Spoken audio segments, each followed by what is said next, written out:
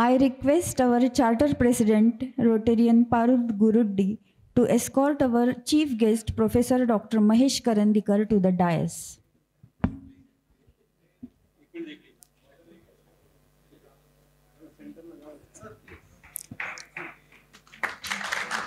Thank you, sir.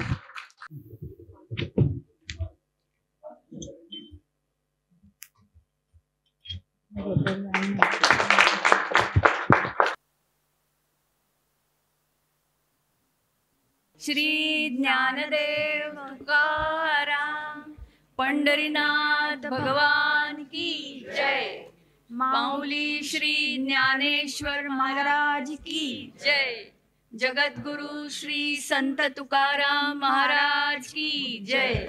सब संतन की जय। May I request President Rotarian Neeta Lele to welcome our Chief Guest, Professor Dr. Mahesh Karandikar, sir.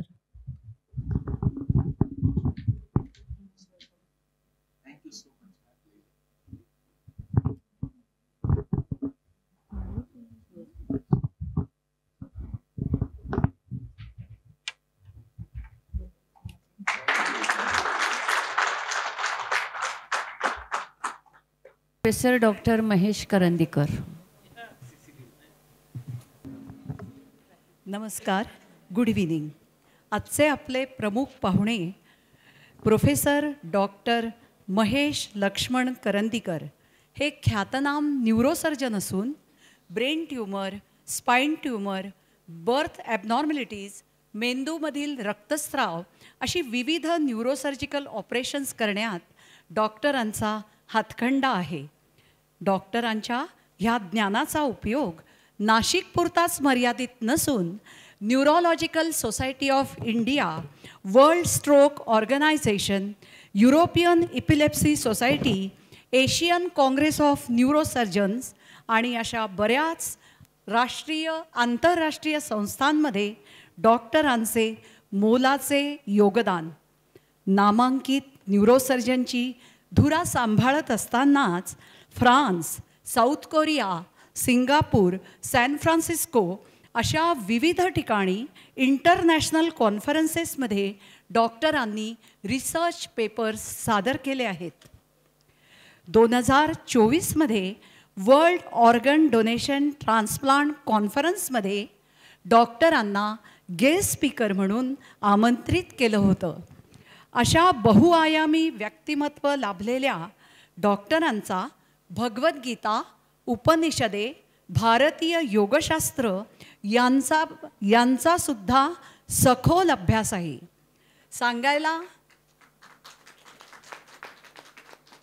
सांगायला आनंद वाटतो की epileptic पेशंट्सवर होणारा योगाचा परिणाम यावर भाषण देण्यासाठी डॉक्टरांना योगावरील पहिल्या जागतिक परिषदेत आमंत्रित केलं होतं.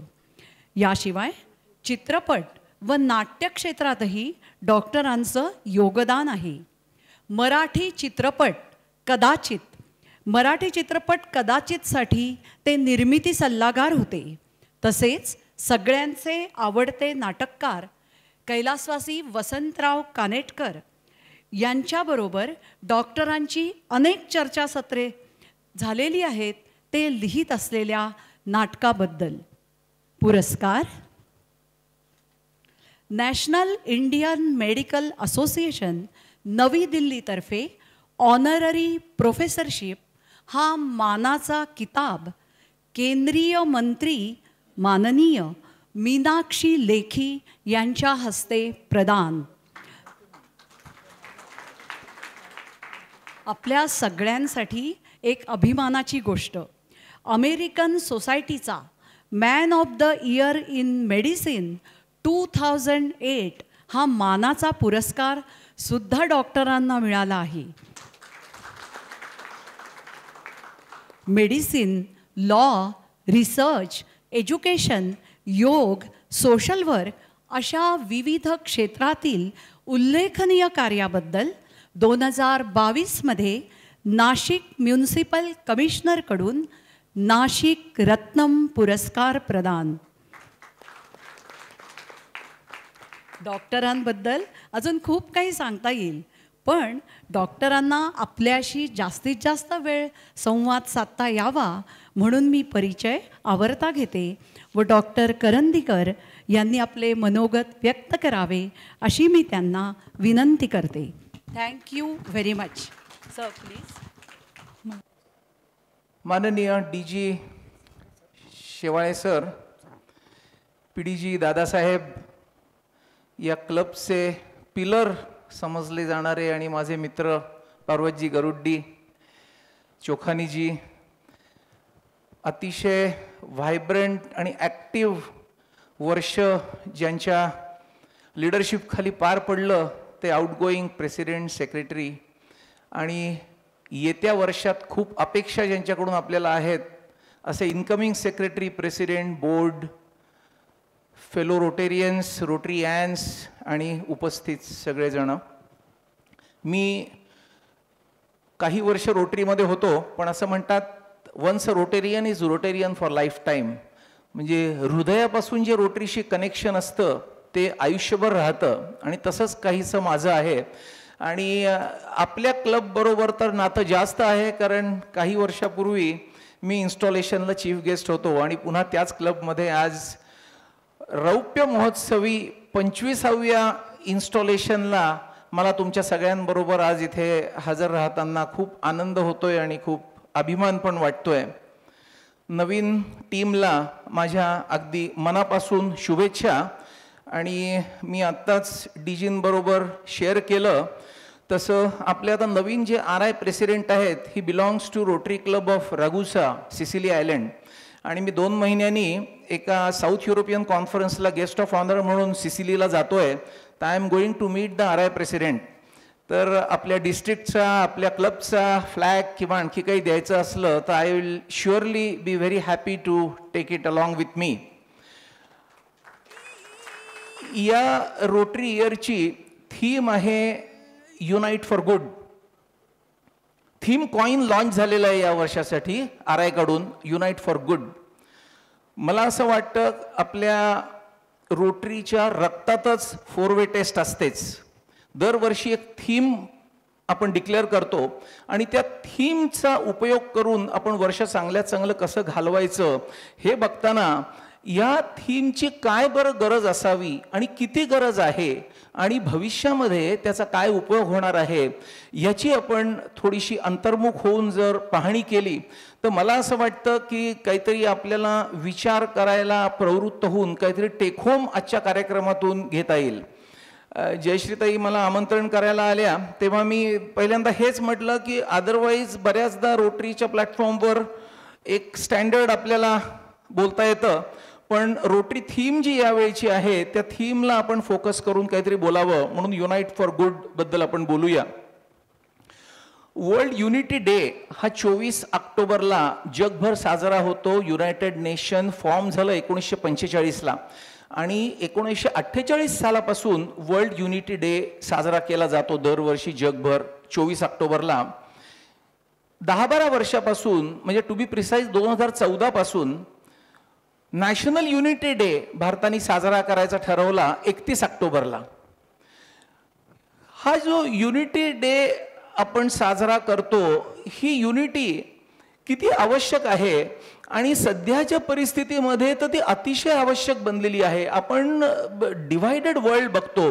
रिलिजनवर डिव्हिजन आहे, पॉलिटिक्सवर डिव्हिजन आहे, रेशियल डिव्हिजन आहे, प्रोफेशनल. म्हणजे युनाइट फॉर गुडची डेप्थ ही किती खोलपर्यंत जाण्याची आवश्यकता सध्या आहे याचा आपण विचार करायला हवा. कारण प्रत्येकाच्या आयुष्याचा मोटो हा सुख समाधान शांती असतो आणि युनिटी शिवाय सुख समाधान शांती मिळूच शकत नाही.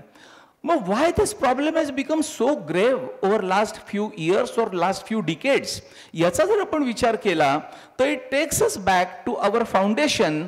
आपल्या संस्कृतीमध्ये आणि ancient Indian wisdom proudly says वसुधैव कुटुंबकम, हे विश्वचे माझे घर असं आपण म्हणतो आणि तिथून सुरुवात करून मग का बरं आपण सध्याच्या परिस्थितीपर्यंत डाऊनफॉल होतोय, का आपण ढासळतोय आणि युनिटी साजरी करण्याची, युनिटी सेलिब्रेट करण्याची आवश्यकता का भासती आपल्याला. आपल्या संस्कृतीपासून आपण जर ढासळत गेलो तर ते एक प्रमुख या युनिटी ढासळण्याचं कारण आहे. आपल्याला आपल्या संस्कृतीचा कितपत अभिमान आहे आणि ती संस्कृती आपण प्रत्यक्ष आचरणात किती आणतोय याचा आपण विचार करणं आवश्यक आहे. मी जगभर दरवर्षी जात असतो. 3-4 वर्षापूर्वी सेऊलला कॉन्फरन्स होती, वर्ल्ड स्ट्रोक पॅरालिसिसची कॉन्फरन्समध्ये माझं टॉक होतं. तर इंचॉन एअरपोर्टवर मी बोर्डिंग गेटच्या जवळ होतो. तर तिकडे 7,500 स्क्वेअर फुटाचं कोरियन कल्चरल म्युझियम आहे आणि प्रोॲक्टिव्हली अग्रेसिव्हली सांगत होते की sir please spend 10 minutes and visit our museum. तुम्ही परत कधी येणार कोरियन कल्चर बघायला. ठिकठिकाणी कोरियामधल्या हॉटेल्समध्ये ब्रेकफास्ट टेबलच्या कोपऱ्यामध्ये एका ठिकाणी एक टेबल मांडलेलं असतं अबाउट कोरियन कल्चर. आणि आपल्यापैकी किती लोक भगवद्गीता वाचतात, आपल्यापैकी किती लोक ज्ञानेश्वरी वाचतात, आपल्यापैकी किती लोक आपला आध्यात्मिक जो ठेवा आहे त्याचा अभ्यास करतात. मित्रांनो, मूळ इथे आहे. आजकाल मटेरियल प्रॉस्पेरिटी खूप झाली आहे. म्हणजे पूर्वीपेक्षा खूप लोकांकडे आजकाल ॲव्हरेज स्टॅटिस्टिक्स जर बघितलं, GDP वाढतोय, ग्रोथ सगळ्या फ्रंट्सवर होतीये, इंडस्ट्रियल ग्रोथ होतीये, रोबोटिक्स आलंय, क्वांटम मेकॅनिक्स आलंय, क्वांटम कॉम्प्युटिंग आलंय, माणूस चंद्रावर नाही मंगळावर पोहोचलाय. पण सुख समाधान शांतीच्या बाबतीत तो सुखी झालाय का पहिल्यापेक्षा दुःखी झालाय? यशस्वी होण्याची व्याख्याच बदलली आहे. आणि ही जी व्याख्या आहे, आपण खूप वेळा म्हणतो की हा माणूस खूप यशस्वी झाला, खूप यशस्वी झाला. पण यशस्वीतेची व्याख्या काय आहे की यांनी शून्यातून स्वर्ग निर्माण केला, शून्यातून विश्व निर्माण केलं. विश्व निर्माण केलं म्हणजे काय केलं? बंगला, मोठी कार, पैसे, ह्यालाच आपण विश्व म्हणतो का? लॉकरमधले सोन्याचे आणि हिऱ्याचे दागिने ही तुमची इंडेक्स ऑफ हॅपीनेस होऊ शकते का? आणि मग हा सगळा प्रवास कशासाठी आहे? आपण जर थोडंसं मागे वळून बघितलं, पर्टिक्युलरली हा क्लब सिनियर लोकांचा आहे, त्याच्यामुळे आपल्या लहानपणी जी परिस्थिती होती की शेजारी पाजारी खूप जवळची नाती आपल्याकडे होती. आपल्या उंबरठ्याच्या बाहेर असलेला चपलांचा ढीग हा it use to be a symbol of closeness, unity, integrity. आणि मोकळेपणी पाहुणे यायचे, खरेपणी गप्पा मारायचे. आजकाल तो स्तुती करण्यामध्ये पण खोटेपणा आहे ना, की एखाद्याला मिठी मारायची, खूप दिवसात भेटलो नाही, आणि पाठ वळल्यावर म्हणायचं की हा माणूस काय बरा नाही. तर प्रामाणिकता, तुम्ही म्हणजे हुम आर यू चीटिंग? तुम्ही जगताना प्रत्येक पायरीवर हा जर विचार केला की माझी ऑनेस्टी, इंटिग्रिटी किती आहे आणि मी किती क्लोजली कनेक्ट होतोय माझ्या आजूबाजूला असलेल्या लोकांशी, तर मला असं वाटतं खूप गोष्टींची आपल्याला उत्तरं मिळतील. आणि सध्याची जी लाईफस्टाईल आहे त्या लाईफस्टाईलशी निगडीत एक छोटीशी कविता सांगतो की आपण जे आता मंगळापर्यंत प्रगती केली, प्रिमिटिव्ह डेजपासून progressively over last few decades, हुशारी मिळवताना शहाणपण विसरलो, समजत नाही मी घडलो का बिघडलो, AC मध्ये बसून झाडाचा गारवा विसरलो, परफ्यूमच्या वापरामुळे फुलाचा सुगंधच विसरलो, कॅल्क्युलेटर आल्यापासून बेरीज करणं विसरलो, संगणकाच्या वापराने विचार करणं विसरलो, तंत्रज्ञानाच्या मागे धावताना आत्मज्ञान विसरलो, पैसा ही शक्ती समजून ईश्वर भक्ती विसरलो, सुख शोधताना जीवनाचा बोध विसरलो, सुखासाठी साधने वापरताना साधना करायची विसरलो, भौतिक वस्तूंच्या सुखात नैतिकता विसरलो, धन जमा करताना समाधानच विसरलो, सतत धावताना क्षणभर थांबणं विसरलो, जागेपणी सुख मिळवताना सुखानं झोपणं विसरलो. आपल्याला आजकाल खूप अभिमान वाटतो ना की मी इतका बिझी आहे की मला काहीच करायला वेळ नाही. हा माझ्यामध्ये सगळ्यात मोठा डिफीट आहे. माझ्याकडे अगदी ॲव्हरेज क्लासच्या पेशंटपासून अगदी टॉप इंडस्ट्रियल हाऊसेसचे मुंबई पुण्याचे पेशंट्स येतात. मला असं वाटतं की मध्यमवर्गीय जो माफक पैसा असलेला माणूस असतो तो आज सगळ्यात सुखात आहे. आणि अप्पर ऑर्बिटमधली जी लोक आहेत त्यांना अशा प्रकारची दुःख आहेत की ज्या दुःखांना रेमेडीज नाही आहे, ती दुःख सॉल्वच होत नाहीत. म्हणजे मी फिजिकल एलिमेंट्सबद्दल बोलत नाही, ब्रेन ट्युमर्सबद्दल बोलत नाही, पण इमोशनल, सायकोलॉजिकल ही सगळीच हेल्थ आपली ढासळती आहे. 1993 मध्ये युनायटेड नेशनच्या जनरल असेंब्लीने एक रेझोल्युशन पास केलं की 15 मे हा आंतरराष्ट्रीय कुटुंब दिवस म्हणून साजरा करावा. कारण कुटुंब व्यवस्था ढासळली आहे आणि कुटुंब जर ढासळली, कुटुंब व्यवस्था ढासळली तर समाज ढासळतो, समाज ढासळला की देश ढासळतो आणि देश ढासळला की सगळं जग ढासळतं. त्याच्यामुळे आपण जसं म्हणतो की खरं जर पर्सनॅलिटी घडवायची असेल तर शाळेला शिक्षण बदललं पाहिजे, शाळेपासून जर संस्कार झाले तर बदलेल. तसं कुटुंब जर चांगलं झालं तर सुख समाधान शांतीचा उगम होऊ शकेल. आता प्रश्न असा आहे की कुटुंबाची सुरुवात कुठून बरं होते? कुटुंबाची सुरुवात लग्नाने होते. आता लग्नाचा जो आपण विधी बघितला, 16 संस्कार सांगितलेले आहेत, त्याच्यामध्ये लग्न हा सगळ्यात महत्त्वाचा संस्कार सांगितलेला आहे. आणि लग्न हा संस्कार खरंच हल्ली होतो का? म्हणजे pre wedding shoot, post wedding shoot, तिथे नवरा मुलीला उचलून धरणं, लाखोच काय करोडो रुपयाचा चोराडा, त्याच्यामधल्या चर्चा आणि भटजींना सांगणं की हे 2 तासात आवरा, 3 तासात आवरा, आम्हाला खूप काही गोष्टी करायच्या आहेत. म्हणजे what has happened is marriage has become an event आणि नॉट अ संस्कार. म्हणजे आपण जी तुलना करतोय की मगाशी आपण संस्काराचा जर विचार केला ना, तर सगळेच संस्कार अतिशय मोलाचे आहेत.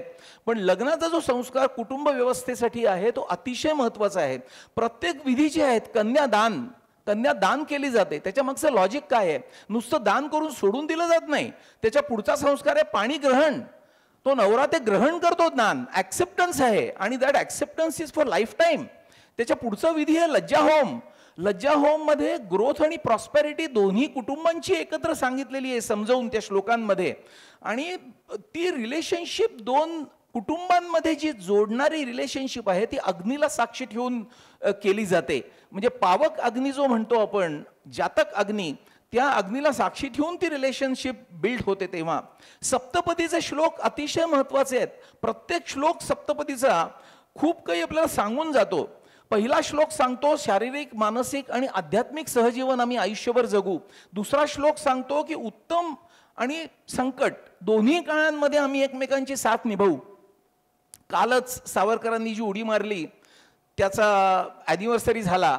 सावरकर जेव्हा जन्मठेप पुस्तकामध्ये तुरुंगात होते तेव्हा त्यांची पत्नी जेव्हा त्यांना भेटायला आली होती, तो संवाद फार महत्त्वाचा आहे. त्यांना गिल्ट वाटली की आता मी कायम तुरुंगात राहणार, तर आपल्या कुटुंबाचं काय, आपल्या आयुष्याचं काय? तेव्हा तिने दिलेलं उत्तर असं आहे की हाच तर खरं चॅलेंजिंग परिस्थिती माझी आहे. इथे जर मी चांगलं काही केलं तर मला सुद्धा काहीतरी कॉन्ट्रीब्यूट केल्याचं समाधान वाटेल. हे नातं, हे प्रेम, हा जिव्हाळा, हा बॉन्ड, हा जर नात्यामध्ये लग्नापासून बिल्डअप झाला नाही तर पुढे काय होणार? पुढे तुझं माझं पटत नाही, उद्या डायव्होर्स. मी नॅशनल लॉ युनिव्हर्सिटीला व्हिजिटिंग प्रोफेसर आहे आणि इंडियन नॅशनल लॉ युनिव्हर्सिटीनी पहिला एशियामधला कोर्स सुरू केला ऑन कॉन्फ्लिक्ट रेझोल्युशन. म्हणजे आता आर्बिट्रेशन आणि अल्टरनेट डिस्प्यूट रेझोल्युशनमध्ये कॉन्फ्लिक्ट्स का होतात याची न्यूरोसायकोलॉजी काय, याच्यावर मी त्यांची काही सेशन्स घेतली. अनेक ज्युडिशियरी आणि लॉयर्स त्याच्यामध्ये होते. तर खूप महत्त्वाचा हा भाग आहे की छोट्याशा गोष्टीत पटत नाही म्हणून आज डायव्होर्सला तयार होतो. कुटुंब राहणार कशी आणि मग मुलांचं काय होणार? आणि आपण जर संस्कारांना महत्त्व दिलं नाही तर इथून पुढे कसं जाणार? नुसते लग्नाचा विधीच नाही तर आपल्या संस्कृतीमध्ये पुढचे सुद्धा अनेक पहिल्या वर्षामधले जे विधी सांगितलेत, अष्टमी पूजन आहे, दरवर्षीचे दिवाळ सण आहेत, वेगवेगळे सण एकत्र साजरं करणं आहे, याला जर महत्त्व दिलं गेलं तर अजून सुद्धा तो बॉन्ड खूप स्ट्रेंथन होऊ शकेल. आणि चांगले पेरेंट्स असतील तरच मुलांवर चांगले संस्कार होतील. आज पेरेंट्सना पेरेंटिंगची वर्कशॉप होत आहेत. आमच्याकडे काउन्सिलर मला सांगत होती खूप सुंदर वर्कशॉप झालं. म्हटलं कशावर वर्कशॉप घेतलं? तर म्हटलं पेरेंटिंगवर वर्कशॉप घेतलं. तर म्हटलं काय शिकवलंस पेरेंटिंगमध्ये? तर मुलाला प्रेमाने पाठीवर हात कुरवाळायचा, मुलाला आंघोळ घालायची म्हणजे मुलाला स्पर्श येईल. आजकाल ना IT मध्ये मुलगा आणि मुलगी दोघं खूप कमवते असतात, खूप पॅकेजेस असतात, पण त्यांना वेळ नसतो. इतका वेळ नसतो की स्वतःच्या मुलांसाठी पण वेळ नसतो. म्हणून स्पर्श मुलाला करून जो बॉन्ड तयार होतो तो शिकवण्याची गरज आली आहे वर्कशॉप्स घेऊन. तर पेरेंटिंगला जर शिकवावं लागत असेल तर मग मुलं घडणार कशी, संस्कार क्षमता होईल कशी? आणि ते जर संस्कार झाले नाही तर पुढचे नागरिक घडतील कसे? आणि ते नागरिक झाले नाही तर कुटुंब बनतील कशी आणि समाज घडेल कसा? हे सगळं चक्र आपल्याला काही झालं तरी रिव्हर्स करण्याची अतिशय आवश्यकता आहे. आपण युनाइट फॉर गुड म्हणतो. खूप वेळा आपल्याला संधी मिळते युनाइट व्हायची दुसऱ्याशी, पण we fail to capitalise on that opportunity. म्हणजे त्याच्याकडे अपॉर्च्युनिटी म्हणून बघितलं पाहिजे. आपली कोणाशी नवीन ओळख झाली की ती रिलेशनशिप बिल्ड करायला अपॉर्च्युनिटी म्हणून बघितलं पाहिजे. आणि ती relationship has to be from the bottom of the heart. Superficial shake hand करून मिठ्या मारून रिलेशनशिप बिल्ड होत नाही. एक छोटंसं तुम्हाला उदाहरण सांगतो. पर्वती पुण्याची आहे. त्याच्या टेकडीवरून एक आजोबा खाली उतरत होते हळूहळू आणि त्यांना वर चढणारा एक मुलगा 10-12 वर्षाचा दिसला. त्याच्या पाठीवर त्यांनी छोटी त्याची बहीण घेतली होती. दोन्ही पाय समोर ठेवून अशी, तर ते त्याला म्हणले, अरे तू छोटा आहेस, अजून बरंच तुला चढायचंय आणि पाठीवर हे ओझं घेऊन तू जातोयस, कसं तुला जमणार, मी तर सुट्टा आलो तरी माझी दमछाक झाली. त्याच्यावर तो मुलगा म्हणतो की ओझं नाही, माझी बहीण आहे ही. बहिणीचं ओझं असूच शकत नाही. आपल्याला आजकाल छोट्या छोट्या रिलेशनशिपचं ओझं वाटायला लागलंय आणि मग तिथून कृत्रिम रिलेशनशिप्स आपण डेव्हलप करतोय, जे व्हर्च्युअल रिलेशनशिप्स आहेत. सगळंच व्हर्च्युअल आहे. व्हर्च्युअल फ्रेंडशिप, फेसबुकवर फ्रेंडशिप, इंस्टाग्रामवर फ्रेंडशिप, आणि खरी फ्रेंडशिप नाहीच. कोणाशी प्रेमाने गप्पा मारायला, मन मोकळं करायला माणसंच नाहीत.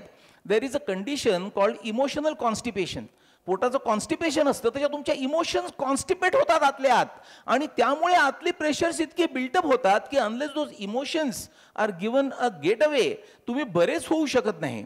आणि त्याच्यासाठी आपण खूप मनापासून जर रिलेशनशिप्स आपल्याला बिल्ड करायचे असतील आणि युनाइट फॉर गुड असेल, त्या गुडचं महत्त्व हे आहे, तर नाती खूप मनापासून जपली पाहिजेत. आणि नाती ही ओव्हरनाईट होत नाहीत. एखाद्या माणसाशी आपलं काम असलं की आपण पटकन त्याला फोन करायचा की आता नवीन डीजी झालेत, आम्हाला अमुक अमुक पाहिजे, हे तात्पुरतं रिलेशनशिप असतं, सुपरफिशियल असतं. किंवा एखाद्या माणसाकडून एखादी गोष्ट हवी आहे म्हणून त्याच्याशी टेम्पररी रिलेशनशिप बिल्ड करणं, हे तुम्हाला खरं सुख, समाधान आणि आनंद कधीच देऊ शकत नाही. म्हणजे आपण नेहमी म्हणतो की आपल्याला कुठलंही सुख हे तात्पुरतं मिळतं. एक लाडू खाल्ला, तो लाडू जोपर्यंत गोड चव तोंडावर आहे तोपर्यंत ते तात्पुरतं सुख आहे. पण खरं समाधान, खरा आनंद जो असेल तर it has to be a perpetual joy, perpetual happiness. आपण सच्चित आनंद म्हणतो, तो कायमचा आनंद असतो. आणि तो आनंद जर तुम्हाला बिल्टअप करायचा असेल तर ग्रॅज्युअल रिलेशनशिप्स इव्हॉल्व्ह व्हाव्या लागतात over a long period of time. आणि त्या इव्हॉल्व्ह होण्यासाठी त्याला खतपाणी घालावं लागतं. आपण झाड जसं वाढवतो किंवा चित्रकार एखादं चित्र जसं काढतो, आपण लहानपणी शाळेमध्ये चित्र काढायचो, एक डोंगर काढायचो, मागे पक्षी काढायचो, मग एक नदी काढायचो, त्याच्यामध्ये होडी काढायचो, त्याच्यामध्ये वल्लवणारा माणूस काढायचो. असं ग्रॅज्युअल रिलेशनशिप्स बिल्ड करणं फार गरजेचं आहे.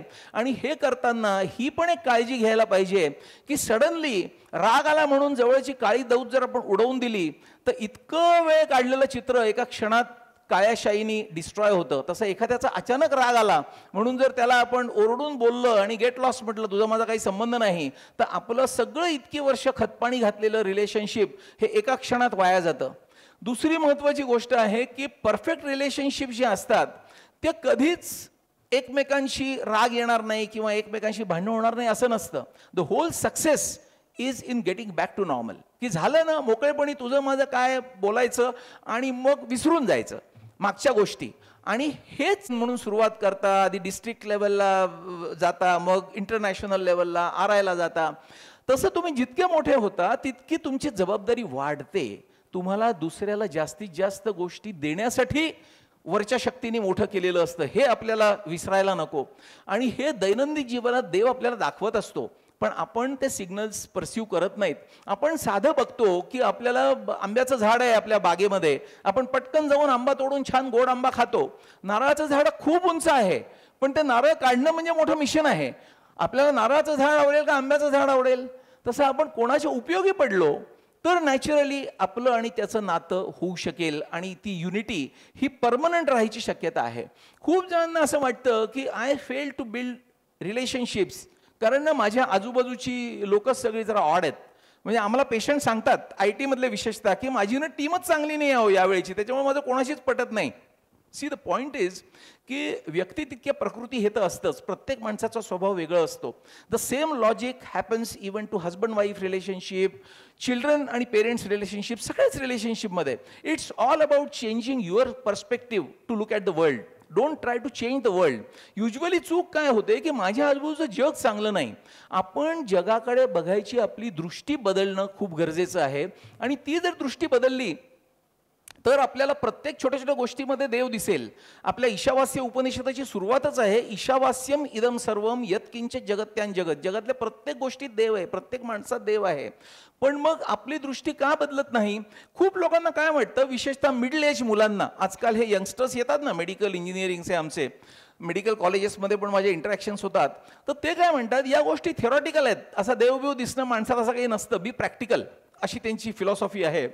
आणि आपली दृष्टी बदलूच शकत नाही, जग आहे तसंच आहे. पण तसं नाही आहे. याचं एक छोटंसं उदाहरण म्हणून मी सांगतो की जग तेच आणि तुमची दृष्टी बदलली तर पर्स्पेक्टिव्ह कसा बदलतो आणि दॅट यील्ड्स फ्रुट्स. आपण जर गच्चीवर गेलो आणि उगवता सूर्य बघितला एखाद्या लहान मुलांनी, तर तो काय म्हणेल, सूर्य पूर्वेला उगवतो आणि असा पश्चिमेला ट्रॅव्हल करतो आणि पश्चिमेला मावळतो. ते मूल तसं मोठं होतं तसं ते लक्षात येतं की सूर्य स्थिर आहे आणि पृथ्वी फिरती आहे, म्हणून तो सूर्य पूर्वेकडून पश्चिमेकडे गेल्यासारखा वाटतो. तो आणखीन मोठा होतो, कॉलेजमध्ये जातो, तेव्हा त्याच्या लक्षात येतं की सूर्य आणि पृथ्वी दोन्ही फिरत आहे, दोन्ही स्थिर नाही आहे. तो आणखीन मोठा होऊन PhD लेव्हलला जातो, तेव्हा त्याच्या लक्षात येतं की सूर्य, पृथ्वी, सूर्यमाला, आकाशगंगा हे सगळंच फिरत आहे. आणि इतक्या मोठ्या पर्स्पेक्टिव्हनी जेव्हा तीच व्यक्ती पुन्हा गच्चीत जाते तेव्हा तो सूर्य पूर्वेलाच उगवणार, पश्चिमेलाच मागवणार, पण त्याचं सगळं व्हिजन बदलून जातं. आणि आपल्या जे छोट्या छोट्या गोष्टीमध्ये राग येतो ना लोकांचा, तो राग जाण्यासाठी दृष्टी बदलणं फार गरजेचं आहे. दुसऱ्या माणसाला समजून जर आपण घेऊ शकलो योग्य पद्धतीने, छोट्या छोट्या गोष्टीत, अगदी डे टू डे घरच्या आयुष्यात, प्रोफेशनल वर्ल्डमध्ये, व्होकेशनल वर्ल्डमध्ये, रोटरीच्या प्लॅटफॉर्मवर, कुठेही एकमेकांना समजून घेऊन दुसऱ्याचा दृष्टिकोन जर आपण नीट समजून घेऊ शकलो तर मला असं वाटतं खूपसं अंडरस्टँडिंग आपलं नीटपैकी होऊ शकेल. एक छोटी स्टोरी तुम्हाला सांगतो. एका मोठ्या ओशनमधून, पॅसिफिक ओशनमधून एक मोठं वॉरशिप जात होतं आणि त्या वॉरशिपला बँग अपोजिट एक लाईट त्याच्या दिशेने येताना दिसला. तर त्यांनी मेसेज पाठवला की आपण एका लाईनमध्ये आहोत, आलो तर टक्कर होईल, तुम्ही बाजूला जा 20 डिग्रीज. तर तिकडून उत्तर झालं की तुम्ही बाजूला जा. त्यांनी पुन्हा मेसेज पाठवला की आम्ही वॉरशिप आहे, तुम्ही बाजूला व्हा. तरी उत्तर आलं की तुम्हीच बाजूला व्हा, मी नाही होणार बाजूला. मग त्या कॅप्टनकडे मेसेज गेला की आपलं एवढं वॉरशिप आहे आणि हा ऐकत नाही, आपल्याला म्हणतो बाजूला व्हा. तेव्हा कॅप्टन स्वतः बोलला की मी ह्या वॉरशिपमधून बोलतोय, our worship is loaded with missiles. आता जर तू बाजूला नाही झाला असता, I can blast you in a second. तेव्हा उत्तर आलं की मी बाजूला होऊच शकत नाही, कारण मी लाईट हाऊसचा लाईट आहे किनाऱ्यावरचा. आपल्याला दुसरी बाजू समजून आपण त्याला डिस्ट्रॉय करायला निघतो, पण त्याचं काय व्हिजन आहे, तो का असं वागलेला आहे, हा त्याचा दृष्टिकोन जर आपण समजून घेतला तर कधी कधी तो बदलूच शकणार नसतो. बदलणं आपल्याला आवश्यक असतं. पण मग मध्ये काय येतं, आपला इगो येतो की मी मोठा.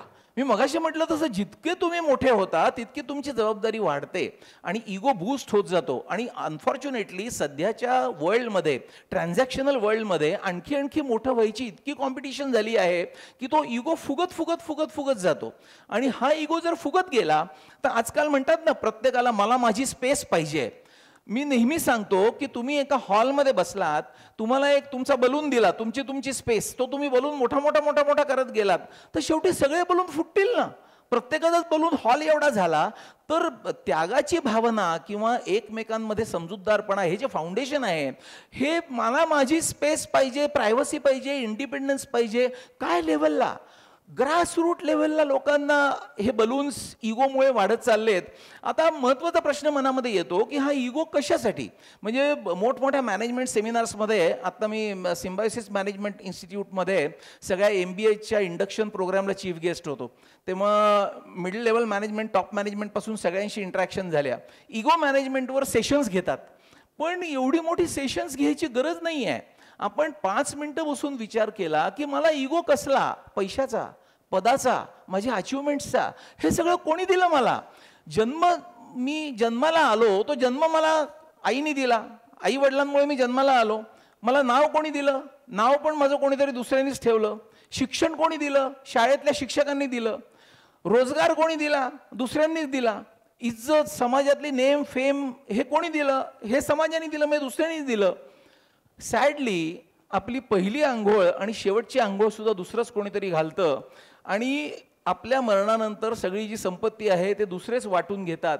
ह्याची जर जाणीव असली तर सगळा इगो एका क्षणात खाली येतो. त्याला मोठे सेमिनार्स लागत नाहीत आणि सिम्पोजियम आणि सेशन्स लागत नाहीत. इगोच्याच बरोबर दुसरा आणखी एक मोठा इगो बूस्टर म्हणजे पैसा. पैसा खूप आवश्यक आहे. म्हणजे भर्तृहरीच्या नीतिषटकामध्ये म्हटलेलं आहे की मी दरिद्री होऊन जगण्यापेक्षा मृत्यू पत्करला पण माझ्याकडे पैसे पाहिजेत. पण पुन्हा आपण जसं म्हणतो, अति तिथं माती. किती हवा याची डेफिनेशन काय आहे. आजकाल नवीन कन्सेप्ट आली आहे, अर्ली रिटायरमेंट. मग तुमचं टार्गेट किती कोटी पाहिजे, याला एंडच नाही आहे आणि हे तुमच्या हातात पण नाही आहे. म्हणजे you are chasing something which is beyond you. म्हणजे you are challenging the very existence of the divine power, की ह्या सृष्टीचा करता करवता कोणीतरी वेगळा आहे. तुमच्या जे भाग्यात आहे. तुम्ही जर सत्कृत्य केलं तर तुमच्या वाट्याचा पैसा तुम्हाला निश्चितपणे मिळणार आहे. आपलं जे श्रीसूक्त आहे त्या श्रीसूक्तामध्ये संपन्नतेची व्याख्या केली आहे. त्या संपन्नतेच्या व्याख्येमध्ये अष्टलक्ष्मींचं वर्णन केलं आहे की मला चांगली आदिलक्ष्मीची माझ्यावर कृपा असू दे, माझ्याकडे धान्यलक्ष्मी असू दे, घरात समृद्धी असू दे. धनलक्ष्मी तर आहेच, पैसा इज अ मीडियम, पण ती कशी हवी? गजलक्ष्मी हवी, हत्तीवरून चालत येणारी लक्ष्मी हवी, टेबला खालून येणारी लक्ष्मी नको. कारण ती जर लक्ष्मी असली तर ती 3 पिढ्यांना बर्बाद करते. तिला लक्ष्मी म्हणतच नाही, तिला अवदसा म्हणतात. श्री सुक्तातल्या श्लोकांमध्ये वर्णन केलेलं आहे. संतान लक्ष्मी पाहिजे. आपल्या मुलांनी जर चांगलं परफॉर्म केलं नाही तर करोडपती असून उपयोग काय आहे? ते दुःख मी मगाशी तुम्हाला म्हटलं तसं ही दुःख अशी असतात की ज्याला सोल्युशनच नसतं. वीरलक्ष्मी पाहिजे, तुम्हाला शौर्य पाहिजे, विजयलक्ष्मी पाहिजे. शेवटी दैवी पाठबळाशिवाय तुम्ही यश मिळवू शकत नाही. मग त्या निवडणुका असोत, कौटुंबिक सुख असो, मिळणारा पैसा असो किंवा प्रोफेशनल अचिव्हमेंट्स असो, विद्यालक्ष्मी पाहिजे. आपण म्हणतो ना, विद्या जेवढी तेवढी माणसाची क्रेडिबिलिटी आणि एबिलिटी दोन्ही वाढतं. पण विद्या विनयन शोभते हा भाग आपण विसरणं म्हणजे मोठं ते चूक होईल. आपल्याला भर्तृहरीचं जे भर्तृहरीबद्दल खूप मला आता बोलायचं नाही आहे, पण भर्तृहरी बेसिकली हा खूप विलासी राजा होता. म्हणजे त्यांनी पहिल्यांदा शृंगार षटक लिहिलं. मग शृंगार षटक लिहिल्यानंतर त्याला ह्या सगळ्या गोष्टी करून इतकं वैराग्य आलं की त्यांनी वैराग्य षटक लिहिलं. आणि या दोन्हीचं गोल्डन मीन म्हणून त्यांनी नीती षटक लिहिलं की जगलं तर पाहिजे. अगदी वैराग्य म्हणजे आपण भगवी वस्त्र घालून हिमालयात जाणं हे दुसरं टोक आहे आणि या भोगांमध्ये लडबडत राहणं हे दुसरं टोक आहे. तर गोल्डन मीन आयुष्य जगण्याचा नीती षटक आहे आणि त्याच्यामध्ये खूप इलस्ट्रेटिव्हली दिलेलं आहे की आपल्याकडे किती पैसा हवा, आपण किती काय काय केलं पाहिजे आयुष्यात, आयुष्याचे उद्देश काय आहेत, सुख समाधान शांती कशी मिळवायची, एकत्र कसं राहायचं सगळ्यांनी मिळून. एक मारवाडीमध्ये म्हण आहे, पूत सपूत तो क्यों धनसंचय. जर सुपुत्र असेल तर कशाला पैसे, तो मिळवेल ना त्याचे, जर शिक्षण झालं की झालं.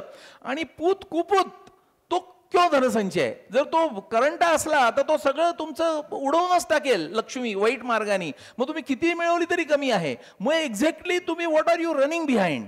आणि महत्त्वाची गोष्ट कशी आहे की माणूस आपण अमर आहे असं समजत असतो, पण बेसिकली हा जो पैसा आहे हा पैसा सगळा इथेच राहणार असतो. ही एकदा मनामध्ये if you are convinced from the bottom of your heart, तर जगाकडे बघण्याचा दृष्टिकोन बदलतो.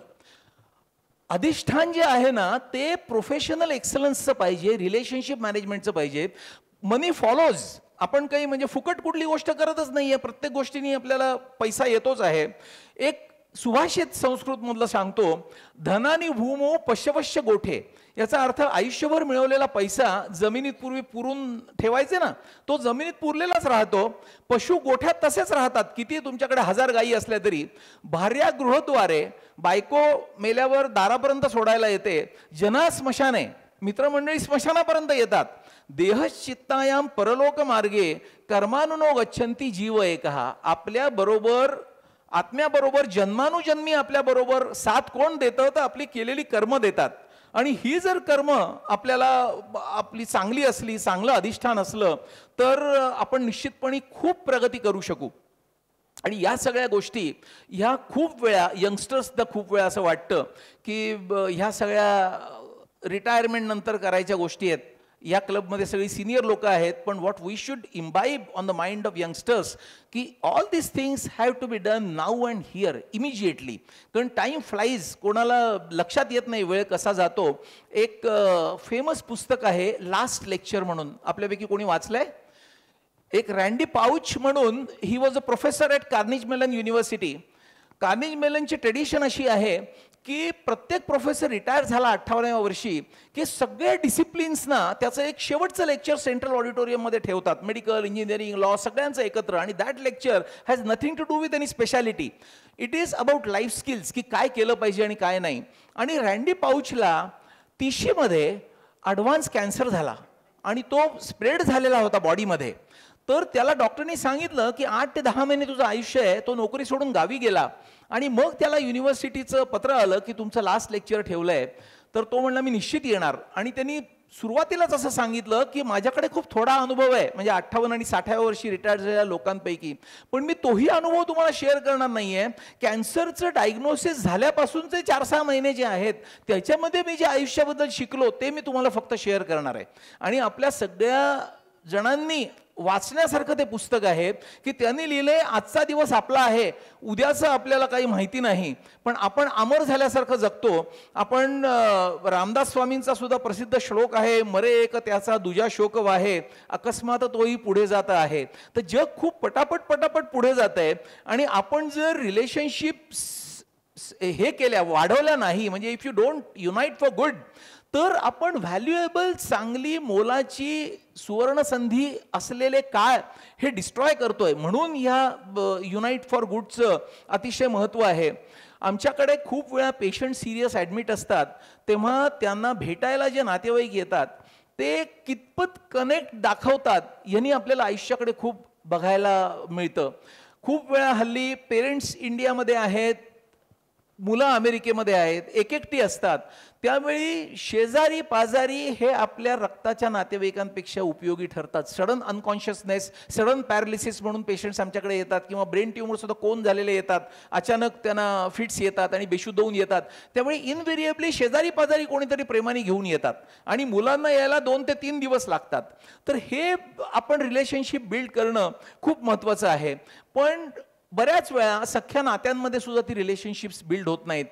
माझ्याकडे एक पेशंट ब्रेन कॅन्सरचे ॲडमिट होते आणि त्यांची सख्खी बहीण, ज्यांच्याशी त्यांचं पटत नव्हतं, गेली अनेक वर्ष बोललेले नव्हते एकमेकांशी, ते हॉस्पिटलमध्ये भेटायला आले आणि मी संध्याकाळी राऊंडला गेलो तर ते खूप खुश होते. म्हणले, आज माझी बहीण मला इतक्या वर्षांनी भेटायला आली, थँक्स टू मला ब्रेन ट्यूमर झाला. किती विशेष आहे की आपण कोणाला ब्रेन ट्यूमर होण्याची वाट बघतो का, कोणाला ब्रेन हिमरेज होण्याची वाट बघतो का. नातेसंबंध, प्रेम, आपुलकी ही जन्माच्या नात्यांमध्ये जर नसेल, आणि कशासाठी, फॉर मटेरियल डिस्प्यूट्स, त्याच्यासाठी तुम्ही जन्माची रक्ताची नाती आज डिस्ट्रॉय करायला निघालात, तर अशा आजच्या परिस्थितीमध्ये युनाइट फॉर गुड हे खूपच महत्त्वाचं आहे. आणि ते नुसतं इतरांसाठी महत्त्वाचं नाही, तुमच्या स्वतःसाठी सुद्धा महत्त्वाचं आहे. स्वतःच्या मानसिक आरोग्यासाठी रिलेशनशिपसारखं चांगलं माध्यम नाही. आपल्या ब्रेनचं जे फंक्शनिंग आहे ते वेगवेगळ्या न्यूरोकेमिकल्सवर चालतं आणि आज संशोधनाने असं सिद्ध झालेलं आहे की बरेचसे जे आजार आहेत ते अस्वस्थ मनामुळे होतात. त्यामुळे न्यूरोकेमिकल्स डिस्टर्ब होतात आणि मग आजार निर्माण होतात. म्हणजे खूप वेळा, आता डेहराडूनला आमची इंडियन सोसायटी ऑफ ब्रेन ट्यूमर्सची ॲन्युअल कॉन्फरन्स होती, तिकडे माझं भाषण होतं. तिकडे मी भाषणामध्ये हे सांगितलं की आपण खूप चर्चा करतो सर्जिकल अप्रोचेस, रेडिएशन, किमोथेरपी या सगळ्याची, पण fundamental questions with which the patient walks in to you, पेशंटचं काय म्हणणं असतं, मला का झाला ब्रेन ट्यूमर, त्याचं उत्तर आम्हाला माहीत नाही. किती दिवस जगणार त्याचं उत्तर माहीत नाही. साधा आहे का कॅन्सर आहे, बायोप्सी रिपोर्ट 8 दिवसांनी आल्यावर मग तुम्हाला सांगू, माहिती काय आहे मग. आणि हे जर मला MBBS होऊन, स्पेशलिस्ट होऊन, सुपर स्पेशलिस्ट होऊन, जगभर फिरून, फेलोशिप्स करून ह्या स्टेजला पण मला खूप गोष्टी माहितीच नसतील, तर आपले पूर्वीचे जे ऋषीमुनी होते, ज्यांनी मनाचं शास्त्र निर्माण केलं होतं, त्यांना या सगळ्या गोष्टी माहिती होत्या. साध्या मनाच्या श्लोकांमध्ये रामदास स्वामींनी ट्रेजर्स सांगितलेत. आणि आज सो कॉल्ड मॉडर्न मेडिसिन हे फिजिकल मेडिसिनकडून माइंड बॉडी मेडिसिनकडे जात आहे. माइंड बॉडी मेडिसिनची पुढची फेज आहे माइंड बॉडी सोल मेडिसिन. तर ह्या सगळ्यांनी कनेक्ट, आणि ह्या सगळ्याला खूप सायंटिफिक बेसिस आहे. म्हणजे खूप जण म्हणतात की आत्मा वगैरे काय असतो का, ह्या काल्पनिक गोष्टी आहेत. पण माझे एक सिनियर कलिग आहेत प्रोफेसर एबेन अलेक्झांडर, त्यांचं खूप सुंदर पुस्तक आहे प्रूफ ऑफ हेवन. आणि त्यांनी सुरुवातीलाच प्रस्तावनेत सांगितलं आहे की mind you, a neurosurgeon is writing a scientific book on proof of haven. तर या सगळ्या गोष्टी आपल्याला इंट्रोस्पेक्ट करतात. आणि मला असं वाटतं की शेवटी 2-3 मुद्दे मी सांगून थांबतो. आपण रिलेशनशिप बिल्ड करणं हा जसा आयुष्यातला एक महत्त्वाचा टप्पा आहे, तसं रोटरीच्या माध्यमातून समाजाला काहीतरी देणं हा पण खूप महत्त्वाचा टप्पा आहे. आपण जसं गाडी घेतली, घर घेतलं की लोन घेतो, ते लोन आपल्याला फेडावं लागतं, तसं कठोपनिषदामध्ये यम आणि नचिकेताच्या संवादामध्ये त्यांनी वेगवेगळ्या प्रकारची ऋणं सांगितली आहेत की आपण जर लोन फेडलं नाही तर काय होईल, आपल्या घरी माणसं येतील बँकेची जप्ती आणायला. तसं तुम्ही लहानपणापासून जे जे लोन घेतलेलं आहे त्या लोन्सची फेड ही करावीच लागते. मातृऋण आणि पितृऋण ज्या आई वडिलांनी आपल्याला लहानाचं मोठं केलं आणि इथपर्यंत आलो आपण, त्यांना जर आपण विसरलो तर ते त्यांचं ऋण न फेडल्यासारखं होईल. We need to give back. ते असताना त्यांची काळजी घेणं हा सगळ्यात चांगला मार्ग आहे. देवऋण, आपण म्हटलं तसं गीतेच्या 18व्या अध्यायात 14वा श्लोक सांगतो की तुम्ही किती हुशार असाल, तुमची किती एज्युकेशन असेल, स्किल असेल, पण शेवटी दैवी फॅक्टर हा माणसाच्या अचिव्हमेंट्समध्ये फार महत्त्वाचा आहे. त्याच्यामुळे देवऋण हे सुद्धा फेडलं पाहिजे. देवासाठी आपण काहीतरी केलं पाहिजे. ऋषीऋण, ज्या शिक्षकांनी आपल्याला शिकवलं ते आपण ऋण त्यांचं फेडलं पाहिजे. आपल्याला येत असणारी कुठली तरी एक गोष्ट आपण समाजाला शिकवली पाहिजे. आणि समाज ऋण, जे आपण रोटरीच्या प्लॅटफॉर्मवर वेगवेगळे आत्ता जे प्रोजेक्ट सांगितले त्याच्यामधून करतो आहोत. आणि मला असं वाटतं की रोटरी सारखा दुसरा चांगला प्लॅटफॉर्मच नाही आहे ही सगळी ऋणं फेडायला. कारण असं म्हणतात every minute of every single day Rotary is feeding somebody, housing somebody, vaccinating somebody, performs surgery on somebody, comforts somebody and provides clean water to somebody. That is Rotary. आणि ह्या रोटरीमधून आपण जर त्या माध्यमातून 4-वे टेस्ट मनामध्ये ठेवून आपण जर चांगलं काम केलं तर मला असं वाटतं ते खऱ्या अर्थाने यश होईल. आणि त्याचे की पॉईंट्स मी शेवटी सांगतो आणि थांबतो की सिंपल प्रॅक्टिकल पॉईंट्स एक 5-7 आपण जर लक्षात ठेवले, त्याची नेट प्रॅक्टिस आपण क्लब मीटिंग्समध्ये केली तर मला असं वाटतं युनिटी फॉर गुड करायला मोठा हातभार लागेल. कोणीही चांगलं काम केलं तर त्याची मोकळेपणी स्तुती करा.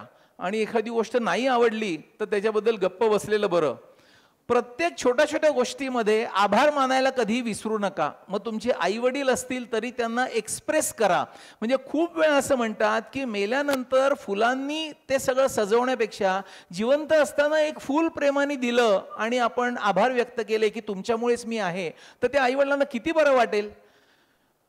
मी ऐवजी आपण हा शब्द आपण वापरात आणला पाहिजे. We talk about team building. त्याच्यामध्ये खऱ्या अर्थाने बोलता बोलता आपण म्हणतो मी हे केलं, मी हे केलं. खरी यशस्वी माणसं म्हणतात आपण सगळ्यांनी मिळून केलं, यू कॉन्ट्रीब्युटेड, तुमच्याशिवाय मला करता नसतं आलं. सतत आपण आनंदी हसतमुख राहिलं पाहिजे. कारण unless you are charged up with positive energy, बाकीच्यांची एनर्जी तुमच्याकडे बघून वाढली पाहिजे, ती कमी होता उपयोगी नाही. मगाशी मी म्हटलं तसं प्रत्येक कृती करताना विचार करा. एखाद्याच्या थोबाडीत मारली आणि नंतर त्याला सॉरी म्हटलं तर त्या सॉरीचा काही उपयोग नसतो. Think before you act. आणि दुसऱ्याच्या खांद्यावर कधी अपयश लादू नका. म्हणजे मी सो कॉल्ड टीम लिडर्सना नेहमी सांगतो की अपयश असलं तर it's a leadership failure. Achievements असल्या तर it is an achievement of every component of your team. आणि शेवटचं last but not the least की कंट्रोल युअर अँगर. कारण मगाशी मी जे शाईच्या दौतीचं सांगितलं तसं खूप खूप खूप खूप करतात आणि मग एकदा पारा चढला की सगळं एखादं मिसाईलनी उद्ध्वस्त करावं तसं उद्ध्वस्त करून टाकतात. मग पश्चात्ताप होऊन उपयोग नसतो. त्याच्यामुळे मला असं वाटतं की if you strive for unity for good from the bottom of your heart, then you would be a great individual. If every individual becomes a good individual, that would make good families would make good societies would make good countries, and good countries would make this world a better place to live. Thank you.